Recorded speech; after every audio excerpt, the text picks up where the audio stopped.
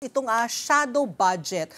Ano ibig sabihin po ng shadow budget dito po in terms of yung sa DPWH, yung flood control budget po nila? Kayo po may ginawa kayong pag-aaral na meron shadow budget. Maybe you can explain to us what is a shadow budget? Is this legal? Is this normal? Yes po, salamat po sa pagkakataon na maipaliwanag itong aming policy note. Gusto sana pong iparating itong ating pag-aaral na bukod dun sa pinag-uusapan na ngayon na flood control program ng DPWH, meron pang iba't ibang mga line item sa budget ng DPWH na meron din kaugnayan sa flood control.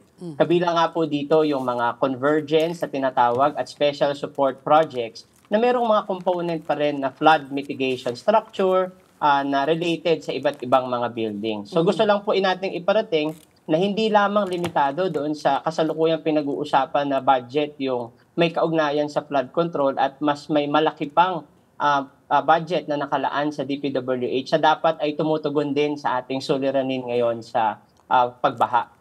So just to clarify, Professor, ibig sabihin parang may flood control budget tapos ito yung mga sinasabi mong ibang line items, kumbaga accessories, kumbaga. So meron kang main item and then ito yung mga peripheral na mga items pa na kailangan para sa flood control. Correct? Yes, mga konektadong budget ito at ibang nakapailalim lamang siya sa ibang pangalan, no? Yung katulad nung CPAG program at yung Basic Infrastructure program na meron ding mga flood mitigation components. I think you pointed out yung paglobo ng naturang shadow flood control projects, yung budget allotted to that, no? Na from 2022, 81.552 billion ay naging 115.262 billion in 2025.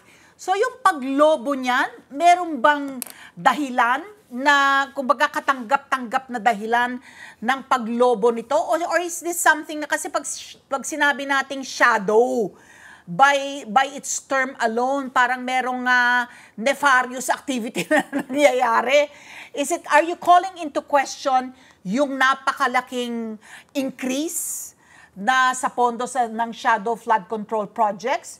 Or are you calling for also isama sa investigasyon, hindi lamang dun sa main flood control program, yung FMP, o pati dapat isama na rin itong inilaan na budget para sa shadow flood control projects, Professor?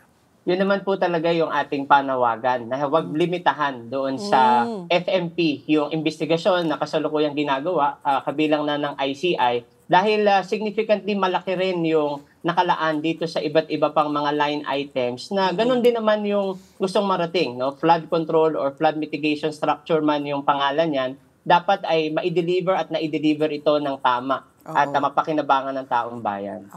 So Professor, itong sinasabi mong not too limited nga dito sa flood management program, dito po base sa inyong pag-aaral, meron ho bang mga line items dito na kaduda-duda na sa tingin nyo ay hindi naman karapat-dapat o hindi ganoon dapat kalaki ang mga budget na inilalaan para dito sa mga line items na ito?